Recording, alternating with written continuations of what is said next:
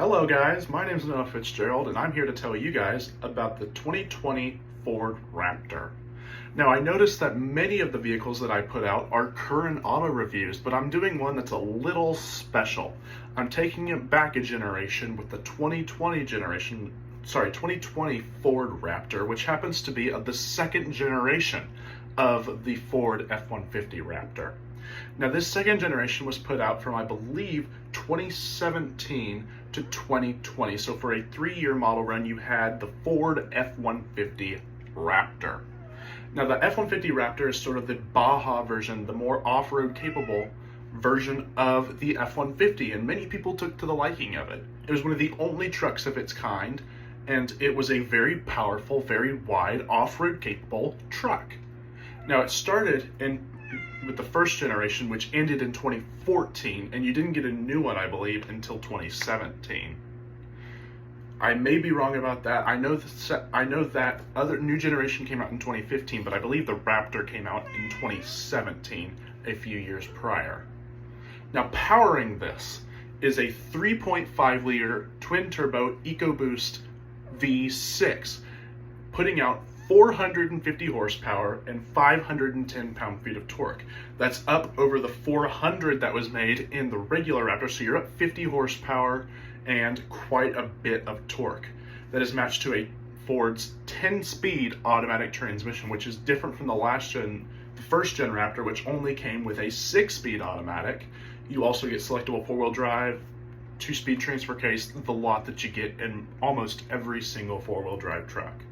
But what made this special was the fact that it was the Raptor. It's not the fact that it had the V6, which many Ford people were disappointed in, given that the last generation had a 6.2 liter V8, and it replaced that. That 6.2 was putting out 411 horsepower, but now we have a V6 putting out 450. So you do get a horsepower bump, but it took away that 6.2. Now I had previously mentioned, and many automakers had previously mentioned, that the first generation Raptor was one of the best used buys in recent years.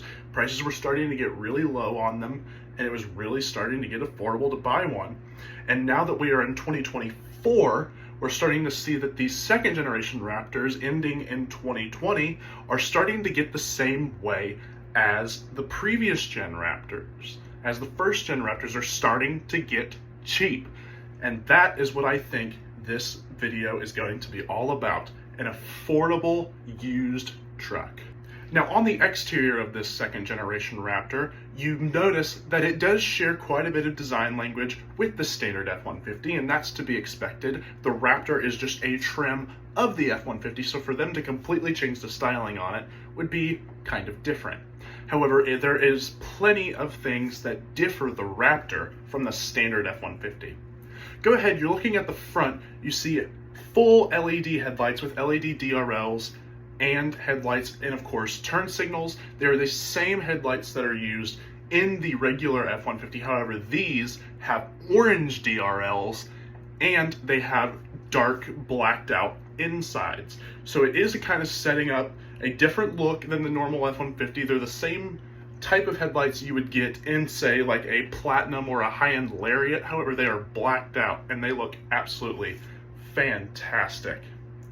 You also, looking at the grille, get a Raptor specific grille, and instead of the blue oval, you get Ford spelled out in the grille, and it has more of an opening so that way you can cool that 3.5 liter EcoBoost V6 while you're Baja off-roading your Raptor.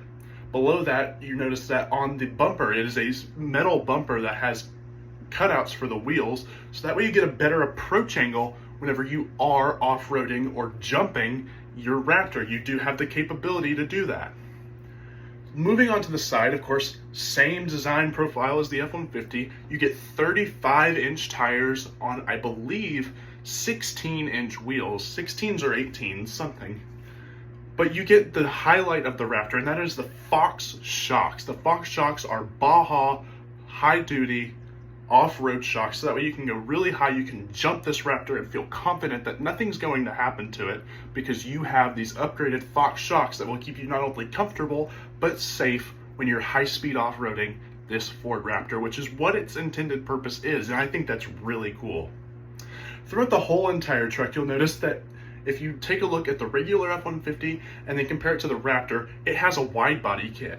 It is much wider at the front and much wider at the back, and it gives it a really meaty appearance that you don't get with the regular F-150 that I think really sets this apart from any other truck and any other vehicle itself on the road. I think it's a really good thing. You can really see it flared off the headlights, and I think it's one of the best looks of any truck ever. Now, at the front, of course, like I was mentioning before, you have an 80-inch track span, so that's why you have the 3 Raptor lights. It is 80 inches, and by the federal government, any vehicle over 80 inches wide has to have marker lights. That's no different with the Raptor. Moving on to the back, you notice the tailgate, of course, has Ford spelled on it. You have a Raptor badge, same LED taillights with LED brake lights and turn signals, and blind spot monitoring system integrated into them that you'd see in the normal F-150. However, they are surrounded by that wide body kit that really gives it a really badass stance at the back. I think it looks absolutely amazing. You of course get your performance exhaust, that big tailpipes for that 3.5 liter V6, and I think it overall looks really, really well. I think the exterior of this design of this truck is one of the best of any new truck that's been produced in the last 10 years. Now, of course, moving on to the inside of the F-150 Raptor, you'll notice that it is pretty standard fare, same stuff as you would see in the regular F-150, but that's not a bad thing, because the interior on this F-150 is quite good. You notice, first thing, you have a Raptor-specific steering wheel that is a bit chunkier, it has a red top dead center mark, and it has magnesium paddle shifters on the back, so that way you can slide through all 10 of those gears whenever you're needing to use them whenever you're off-roading. Behind that, you'll see a very nice TFT display, the upgraded one that you would see in higher trim F-150s, but instead of blue dials, you get Raptor-specific red dials. So that's a little bit of a cool differentiation from the regular F-150 to the Raptor. That's a pretty nice thing to see. Moving on, you do get Ford's Sync 3 system. This is the older system. This isn't Sync 4 that you see in the newer F-150s. This is the last generation.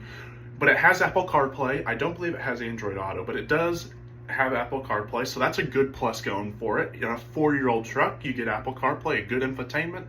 You get a carbon fiber shifter, which I think is kind of interesting given how much this truck weighs. A little bit of carbon fiber, it looks cool, but it's not too much of a deciding factor in an F-150.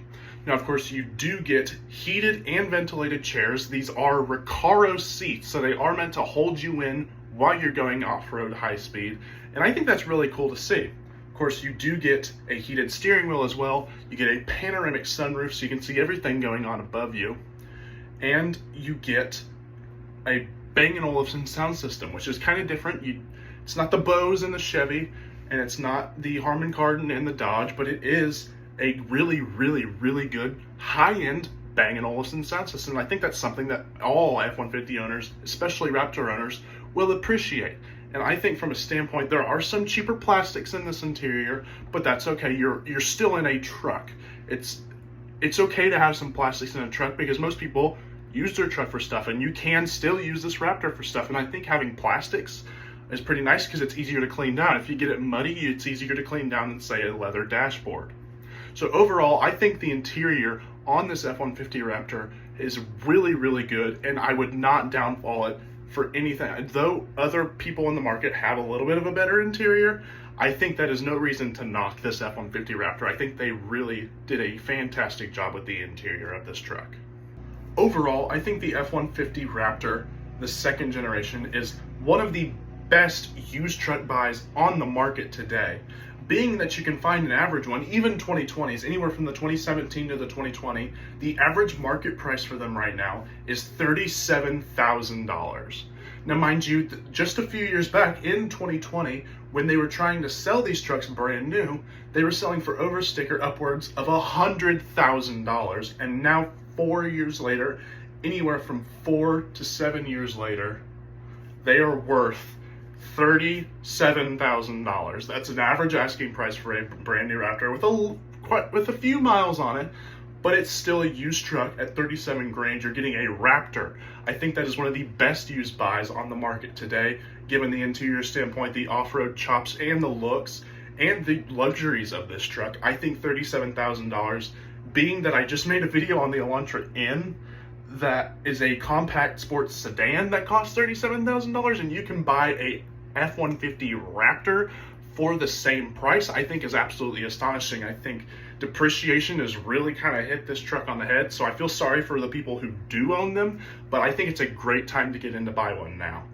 And I think that's resting my case for just how great of a buy this truck would be.